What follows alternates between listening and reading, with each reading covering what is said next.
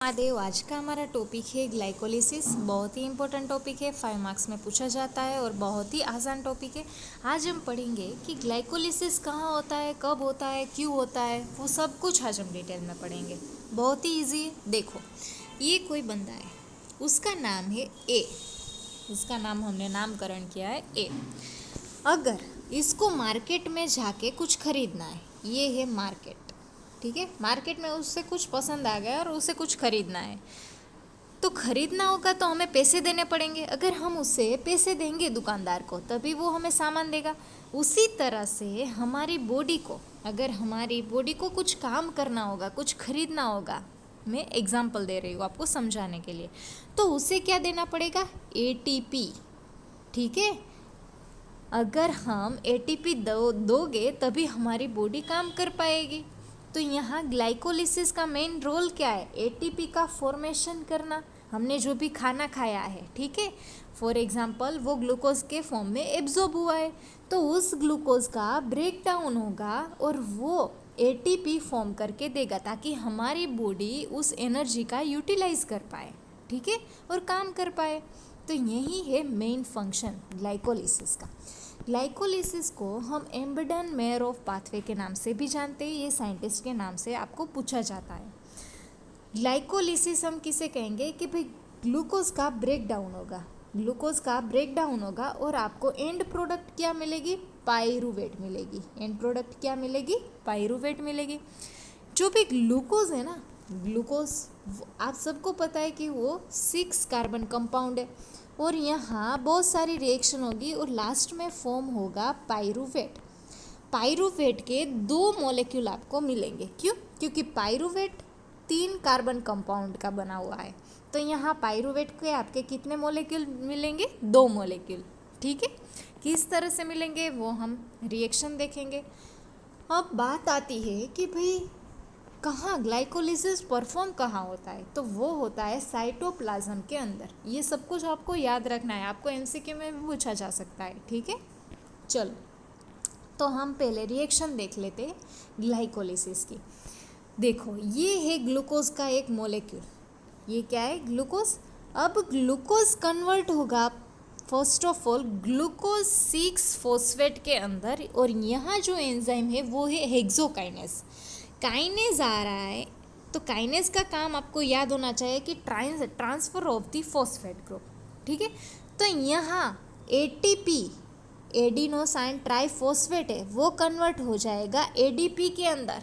यहाँ फॉस्फेट का ट्रांसफ़र हो रहा है एटीपी में से ग्लूकोज के साथ। यहाँ जो भी 6 कार्बन कंपाउंड है उसके साथ फॉस्फेट बाइंड हो जाएगा। इसीलिए यहाँ देखो, फॉस्फेट ग्रुप का ट्रांसफ़र एटीपी में से यहाँ फॉस्फेट ग्लूकोज के साथ बाइंड हो गया। ग्लूकोज किस में कन्वर्ट हुआ? ग्लूकोज 6 फॉस्फेट के अंदर। अब आप बोलोगे कि भाई यहाँ तो काम एटीपी का फॉर्मेशन है, लेकिन यहाँ तो एटीपी यूटिलाइज हो रही है। जब आप पूरी रिएक्शन देखोगे तब आपको पता चलेगा कि भाई नेट एटीपी फॉर्म हो रहा है यहाँ पर, ठीक है। वो सब कुछ आपको पता चलेगा, लेकिन आप पहले फर्स्ट स्टेप में फोकस करो। काइनेज एंजाइम का मतलब ही फॉस्फेट ग्रुप का ट्रांसफ़र करना। तो यहाँ एटीपी में से जो फॉस्फेट है, यहाँ एटीपी है एडिनोसाइन ट्राइफॉस्फेट, ट्राई मतलब 3 फॉस्फेट ग्रुप है, उसमें से एक फॉस्फेट ग्रुप ग्लूकोज के साथ आ जाएगा और वो कन्वर्ट होगा ग्लूकोज 6 फॉस्फेट के अंदर। फिर इसका यहाँ आएगा आइसोमरेज एंजाइम, और ये ग्लूकोज 6 फॉस्फेट कन्वर्ट कहाँ होगा? फ्रुक्टोज 6 फॉस्फेट के अंदर कन्वर्ट होगा उसका, ठीक है। इतना समझ में आ गया। ग्लूकोज में से ग्लूकोज 6 फॉस्फेट, हेक्सोकाइनेज यहाँ एंजाइम आएगा, फिर ग्लूकोज 6 फॉस्फेट में से फ्रुक्टोज 6 फॉस्फेट में कन्वर्ट होगा, और यहाँ जो एंजाइम आएगा वो होगा आइसोमर। क्योंकि ग्लूकोज 6 फॉस्फेट कन्वर्ट किस में हो रहा है? उसके आइसोमर में। तो यहाँ एंजाइम का नाम है वो आइसोमरेज, आपको याद रखना है।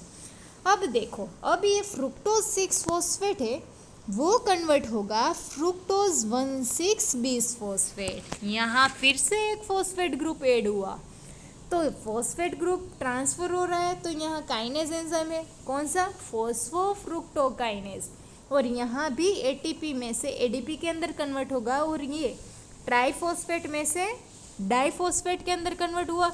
तो एक फॉस्फेट कहाँ बाइंड हुआ? यहाँ फ्रुक्टोज 1,6 बिसफॉस्फेट के साथ, ठीक है, समझ में आया आपको? देखो अब ये जो फ्रुक्टोज 1,6 बिस फॉस्फेट है वो 6 कार्बन कंपाउंड 6 कार्बन कंपाउंड का बना हुआ है। तो यहाँ अल्डोलेज एंजाइम आएगा। कौन सा एंजाइम आएगा? अल्डोलेज, और वो कन्वर्ट करेगा dihydroxyacetone phosphate and glyceraldehyde 3 phosphate के अंदर। जो भी डाईहाइड्रोक्सी एसीटोन फॉस्फेट है वो 3 कार्बन कंपाउंड का बना है, और ग्लिसराल्डिहाइड 3 फॉस्फेट है वो भी 3 कार्बन कंपाउंड का है। जबकि फ्रुक्टोज 1,6 बिस फॉस्फेट के पास कितने कार्बन थे? 6 कार्बन थे, और उसका कन्वर्जन किस में हुआ? DHAP एंड G3P के अंदर। ठीक है, 3 कार्बन कंपाउंड। अब आपको याद रखना वो है कि यहाँ एंजाइम आइसोमरेज है, और ये DHAP ग्लिसराल्डिहाइड 3 फॉस्फेट के अंदर कन्वर्ट हो सकता है, और G3P DHAP के साथ कन्वर्ट हो सकता है। देखो यहाँ पर रिवर्सिबल है। DHAP किस में कन्वर्ट हो सकता है? G3P, एंड G3P किस में कन्वर्ट हो सकता है? DHAP के अंदर। अब क्या होगा कि ग्लिसराल्डिहाइड 3 फॉस्फेट फर्दर रिएक्शन में आगे बढ़ेगा, और ये जो DHAP है वो भी, उसका भी कन्वर्जन किस में होगा? ग्लिसराल्डिहाइड 3 फॉस्फेट में होगा, तो उसका वो भी फर्दर ग्लाइकोलिसिस में पार्ट लेगा। तो यहाँ आपको 2 ग्लिसराल्डिहाइड 3 फॉस्फेट फॉर्म होके मिलेंगे, क्योंकि DHAP है वो भी किस में कन्वर्ट होगा? ग्लिसराल्डिहाइड 3 फॉस्फेट में ही कन्वर्ट होगा।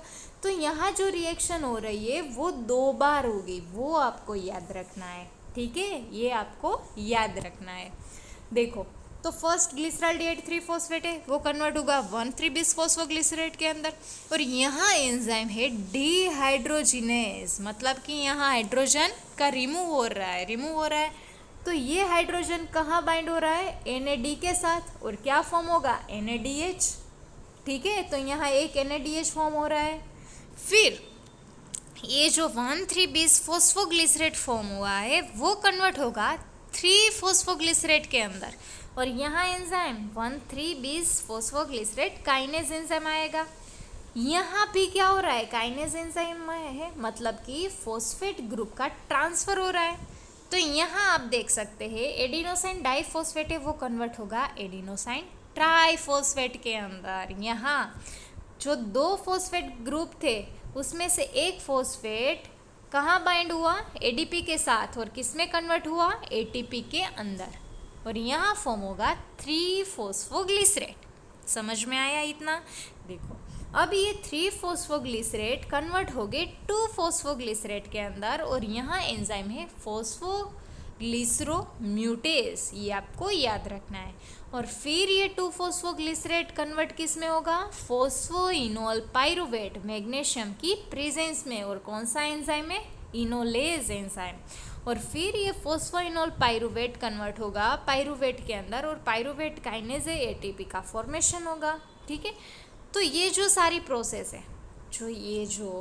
प्रोसेस है वो 2 बार होगी। क्यों? क्योंकि ये DHAP भी किस में कन्वर्ट होगा? ग्लिसराल्डिहाइड 3 फॉस्फेट के अंदर, इसीलिए ये जो रिएक्शन है वो 2 बार होगी। तो यहाँ आप देख सकते हो कि NADH फॉर्म हुआ, तो NADH के एक मॉलिक्यूल अगर एक ग्लिसराल्डिहाइड 3 फॉस्फेट का जब ग्लाइकोलिसिस में अगर एंटर हो रहा है तो वो NADH एक फॉर्म करेगा, और यहाँ ATP और ये दूसरा, तो 2 ATP फॉर्म हो रहे हैं। लेकिन ये DHAP भी G3P के अंदर कन्वर्ट होगा, और फिर से यही रिएक्शन होगी। तो यहाँ 2 NADH मिलेंगे और प्लस 2 ATP मिलेंगे, क्योंकि 2 बार ये हो रही है रिएक्शन। तो यहाँ आपको 2 NADH एंड 4 ATP मिलेंगे, लेकिन यहाँ पर आपको एक ATP और एक यहाँ पर, तो 2 ATP का यूटिलाइजेशन हो रहा है। तो यहाँ आपको नेट ATP कितने बचेंगे? 4 ATP टोटल बन रहा है, उसमें से 2 माइनस करोगे तो कितने मिलेंगे? नेट ATP 2, और NADH 2 molecule of NADH form होके मिलेंगे। तो ये थी पूरी ग्लाइकोलिसिस की प्रोसेस। फिर से मैं आपको बता देती हूँ। देखो ग्लूकोज है, हेक्सोकाइनेज आएगा, ग्लूकोज 6 फॉस्फेट के अंदर कन्वर्ट होगा, फिर आइसोमरेज एंजाइम आएगा जो फ्रुक्टोज 6 फॉस्फेट के अंदर कन्वर्ट होगा, फिर आएगा फ्रुक्टोज 1,6 बिस फॉस्फेट के अंदर, यहाँ भी ATP का यूटिलाइजेशन होगा। ठीक है, काइनेज एंजाइम आएगा, ट्रांसफर करेगा फॉस्फेट ग्रुप, फिर ये जो 6 कार्बन कंपाउंड है फ्रुक्टोज 1,6 बिसफॉस्फेट वो कन्वर्ट होगा डीएचएपी एंड ग्लिसरॉल्डिहाइड 3 फॉस्फेट। ये डीएचएपी किस में कन्वर्ट हो जाएगा, ग्लिसरॉल्डिहाइड 3 फॉस्फेट। इसीलिए इतनी जो रिएक्शन है वो 2 बार होगी। तो यहाँ एक NADH बन रहा है, लेकिन ये डीएचएपी कन्वर्ट होगा ग्लिसरॉल्डिहाइड 3 फॉस्फेट के अंदर, इसीलिए यहाँ 2 NADH बनेंगे। फिर यहाँ भी ATP फॉर्म हो रहा है, यहाँ भी ATP फॉर्म हो रहा है, तो यहाँ ये रिएक्शन 2 बार होगी तो टोटल 4 ATP मिलेंगे। ठीक है, तो ये थी पूरी ग्लाइकोलिसिस के प्रोसेस, जिसका मेन फंक्शन क्या है, ATP फॉर्मेशन, NADH फॉर्मेशन। ठीक है, फिर देखो आप, हम एक बार स्टेप देख लेते हैं डिटेल में ताकि आपको समझ में आ जाए। लेकिन इसके पहले हम यहाँ जो MCQ में आपको पूछा जाता है कि glucose transporter 4 transport glucose from the extracellular fluid to muscle cell and adipocytes। जो भी ग्लूकोज आपने जब कुछ खाना खाया है, ग्लूकोज एब्जॉर्ब हुआ है, अब वो एक्स्ट्रा सेल्यूलर फ्लूइड में प्रेजेंट है, वो ट्रांसफ़र होगा सेल्स के अंदर, क्योंकि ग्लाइकोलिसिस कहाँ हो रही है, साइटोप्लाज्म के अंदर। जो भी एक्स्ट्रा सेल्यूलर फ्लूइड है उसमें से ग्लूकोज कहाँ पहुँच जाएंगे, मसल सेल्स के अंदर एंड एडिपोसाइट्स के अंदर। ठीक है, तो उसके लिए ट्रांसपोर्टर की रिक्वायरमेंट होगी। कौन सा ट्रांसपोर्टर है, ग्लूकोज ट्रांसपोर्टर 4। ये आपको याद रखना है, MCQ में पूछा जाता है। और लीवर में कौन सा है, वो है ग्लूकोज ट्रांसपोर्टर 2। ये आपको याद रखना है, आपको पूछा जाता है एग्जाम्स में। फिर है हम स्टेप देख लेते हैं, जो भी हमने देखा है वहीं लिखा हुआ है, आपको एग्जाम में भी इसी तरह से लिखना है। ग्लूकोज है, कन्वर्ट हुआ ग्लूकोज 6 फॉस्फेट के अंदर, कौन सा एंजाइम है, हेक्सोकाइनेज है, और यहाँ क्या होगा, ATP का यूटिलाइजेशन होगा, फॉर्मेशन नहीं हो रहा है। ठीक है, और ये जो स्टेप है वो रेगुलेटरी स्टेप है, वो मैं आपको बाद में बताऊंगी किस तरह से रेगुलेटरी स्टेप है। फिर ये दूसरे स्टेप में ग्लूकोज 6 फॉस्फेट में से फ्रुक्टोज 6 फॉस्फेट के अंदर कन्वर्ट होगा, और यहाँ कौन सा एंजाइम है, आइसोमर फॉर्म हो रहा है, इसलिए आइसोमरेज एंजाइम होगा। फिर ये फ्रुक्टोज 6 फॉस्फेट कन्वर्ट होगा फ्रुक्टोज 1,6 बिसफॉस्फेट के अंदर। ठीक है, और यहाँ द एंजाइम इज कौन सा है, फॉस्फोफ्रुक्टोकाइनेज। यहाँ भी क्या हो रहा है, फॉस्फेट ग्रुप का ट्रांसफर होगा, वो भी रेगुलेटरी एंजाइम है, वो भी मैं आपको बताऊंगी। और यहाँ क्या हो रहा है, हाइड्रोलिसिस ऑफ ATP, ATP का फॉर्मेशन अभी नहीं हो रहा है। फिर fourth step, fructose 1,6 bisphosphate is cleaved into 2,3 carbon, वो आपको पता है DHAP है ग्लिसरॉल्डिहाइड 3 फॉस्फेट के अंदर। यहाँ इसीलिए जो भी ये वाली प्रोसेस है इतनी, वो 2 बार होगी, वो मैं बार बार बोल रही हूँ ताकि आपको समझ में आ जाए, आप भूलो नहीं। ठीक है, DHAP एंड ग्लिसरॉल्डिहाइड 3 फॉस्फेट वो एक दूसरे में कन्वर्ट हो सकते हैं, इसलिए एक ग्लिसरॉल्डिहाइड 3 फॉस्फेट इसमें है और DHAP भी जब किस में कन्वर्ट होगा, ग्लिसरॉल्डिहाइड 3 फॉस्फेट के अंदर, तो फिर से ये रिएक्शन होगी, इसीलिए ये जो रिएक्शन है वो 2 बार होगी। ठीक है, जब आप एनर्जेटिक्स पढ़ोगे वो मैं अभी आपको बता देती हूँ। ठीक है, तो यहीं आपको स्टेप में लिखना है, जो भी एंजाइम है वो आपको लिखना है इसी तरह से। अब मैं आपको बता देती हूँ कि energy add from glycolysis. So first हम बात करेंगे एरोबिक कंडीशन अगर है, मतलब कि ऑक्सीजन की प्रेजेंस है तब कितने ATP प्रोड्यूस हो गए। ठीक है, देखो जब हमने रिएक्शन देखी थी तो उसके अंदर 2 ATP का यूटिलाइजेशन हो रहा था, वो मैंने आपको बताया था। 2 ATP, एक तो हेक्सोकाइनेज वाले स्टेप में एंड फॉस्फोफ्रुक्टोकाइनेज में 2 ATP हम यूज़ कर रहे थे, और ग्लिसरॉल्डिहाइड 3 फॉस्फेट है। ठीक है, जब ग्लिसरॉल्डिहाइड 3 फॉस्फेट में से 1,3 बिसफॉस्फोग्लिसरेट फॉर्म हो रहा था तो वहाँ NADH का फॉर्मेशन हो रहा था, एक NADH का। तो आपको याद रखना है, जब इलेक्ट्रॉन ट्रांसपोर्ट चेन में ये NADH एंटर होगा तो 2.5 ATP फॉर्म होगा। वो ये सारी मैं सीरीज़ आपको बताऊंगी, TCA साइकिल पढ़ाऊंगी, फिर इलेक्ट्रॉन ट्रांसपोर्ट चेन पढ़ाऊंगी, तब आपको पता चलेगा कि अच्छा NADH में से 2.5 ATP बन रहे हैं। लेकिन इस वक्त आप इतना याद रखो कि NADH है वो इलेक्ट्रॉन ट्रांसपोर्ट चेन में जाएगा और 2.5 ATP बनाएगा। एक NADH 2.5 ATP बना रहा था।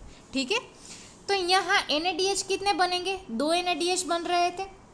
ठीक है, 2 NADH बन रहे थे, तो यहाँ मैंने मल्टीप्लाई कर दिया 2, तो कितने ATP हुए, 5 ATP NADH में से बनेंगे, और टोटल हमें 4 ATP मिल रहे थे ग्लिसरॉल्डिहाइड 3 फॉस्फेट से। नीचे वाला जो भी स्टेप था, जो DHAP में से G3P के अंदर कन्वर्ट होगा तो 2 G3P के मोलिक्यूल हो गए, और वहाँ हमें 2 ATP मिल रहे थे, लेकिन ये रिएक्शन 2 बार होती है, इसलिए हमें टोटल 4 ATP मिल रहे थे। देखो फिर से मैं आपको बता देती हूँ, एक बार रिएक्शन आप देखो। देखो यहाँ पर, यहाँ एटीपी यूटिलाइज हो रहा है, 2 एटीपी, ठीक है, 2 एटीपी यूटिलाइज हो रहे हैं। और यहाँ जो भी स्टेप है, ये सारे स्टेप डीएचएपी में से ग्लिसरॉल D8 3-फॉस्फेट, ये जो इंटर कन्वर्जन उसका होता है, ठीक है। तो यहाँ एक NADH फॉर्म हुआ, यहाँ एक एटीपी और यहाँ एक एटीपी, मतलब कि टोटल 2 एटीपी फॉर्म हुए सिर्फ एक ग्लिसरॉल D8 3-फॉस्फेट में से, ठीक है। और एक NADH फॉर्म हुआ, इतना ही याद रखा।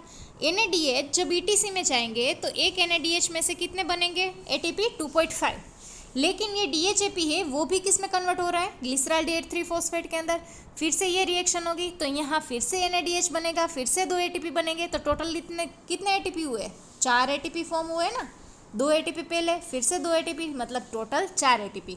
और यहाँ एक NADH फॉर्म हो रहा था, फिर से ये DHAP भी G3P में आया, फिर से ये रिएक्शन होगी तो यहाँ भी NADH कितने बनेंगे, टोटल 2 बनेंगे, ठीक है। अब समझ में आ गया आपको, देखो। तो यही आपको क्या करना है, मल्टीप्लाई करके आपको पता चलेगा कि भाई 2 NADH फॉर्म हुए, 2.5 ATP, मतलब टोटल 5 ATP, और यहाँ 4।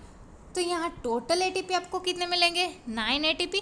लेकिन उसमें से 2 एटीपी का यूटिलाइजेशन हो रहा है, तो नेट एटीपी कितने मिले आपको, 7।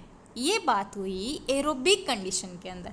अगर एनएरोबिक कंडीशन है तब क्या होगा, जब एनएरोबिक कंडीशन होगी तब ये पाइरूवेट है, वो जो भी ग्लाइकोलिसिस हो रहा है ग्लूकोज में से, एरोबिक कंडीशन में पाइरूवेट का फॉर्मेशन होगा। लेकिन एनएरोबिक कंडीशन होगी तब फॉर्मेशन होगा लैक्टेट का, किसका, लैक्टेट का।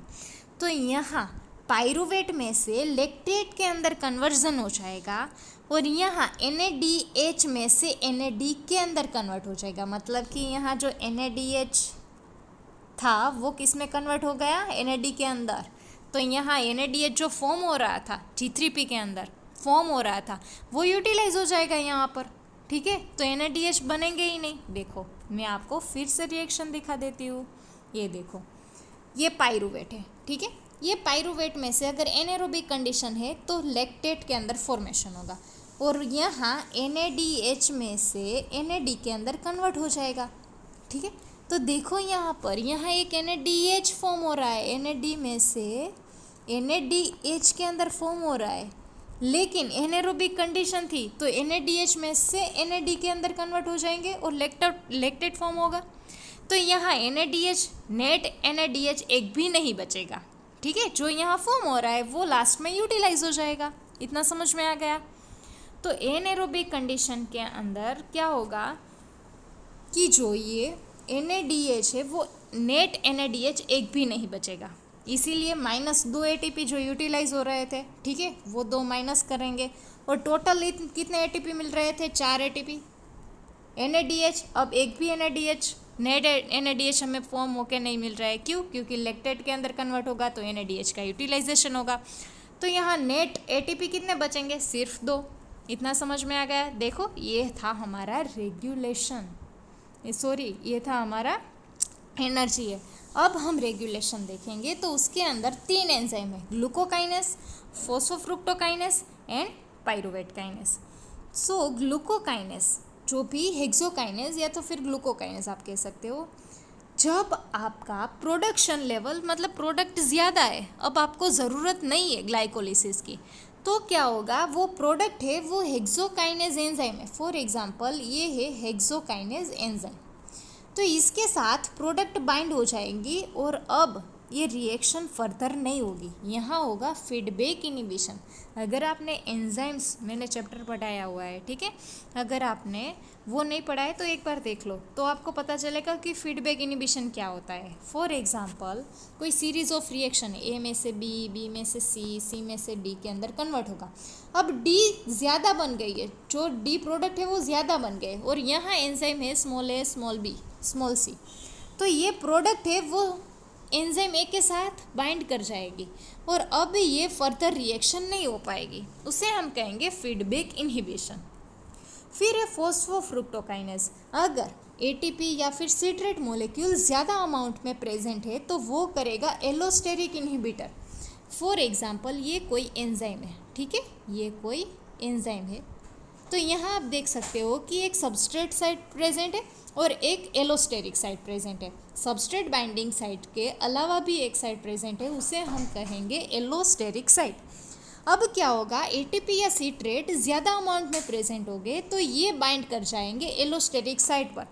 एलोस्टेरिक साइट पर जब ये एटीपी या फिर सिट्रेट बाइंड हो जाएंगे तो ये सबस्ट्रेट जहाँ बाइंडिंग साइट है वो साइट में क्या हो जाएगा, मॉडिफिकेशन आ जाएगा और सबस्ट्रेट उसके साथ बाइंड नहीं हो पाएगा। और तीसरा है pyruvate kinase. When energy is plenty in the cell so glycolysis is inhibited. अब हमें पता है कि जब इंसुलिन का लेवल ज़्यादा होगा तो ग्लाइकोलिसिस प्रोसेस होगी, लेकिन इंसुलिन का लेवल अगर कम होगा तो ग्लाइकोलिसिस भी उसको भी क्या होगा, इनहिबिशन होगा। तो ये था हमारा आज का टॉपिक। अगर आपको अच्छा लगा हो तो please like, subscribe and share. Thank you.